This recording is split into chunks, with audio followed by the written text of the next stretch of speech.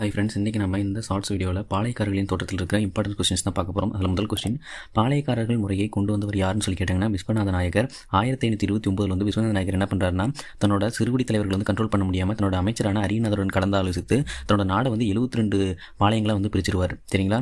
ஓகேவா? அதில் வந்து பார்த்தீங்கன்னா இரண்டாவது கொஸ்டின் வந்து பார்த்தீங்கன்னா, எந்த உடன்படிக்கையின்படி ஆங்கிலேயர்கள் வரி வசூல் செய்யும் உரிமை வந்து பெற்றாங்க அப்படின்னு சொல்லி பார்த்தோம்னா 1792 கர்நாடக உடன்படிக்கையின்படி வந்து பார்த்தோம்னா ஆங்கிலேயர்கள் வரி வசூல் செய்யும் உரிமை வந்து பெற்றுவாங்க. இதன் மூலிமா பல பிரச்சனைகள் வந்து பல பாளையங்கள் வந்து வெடிக்க ஆரம்பிக்கும். ஓகேங்களா?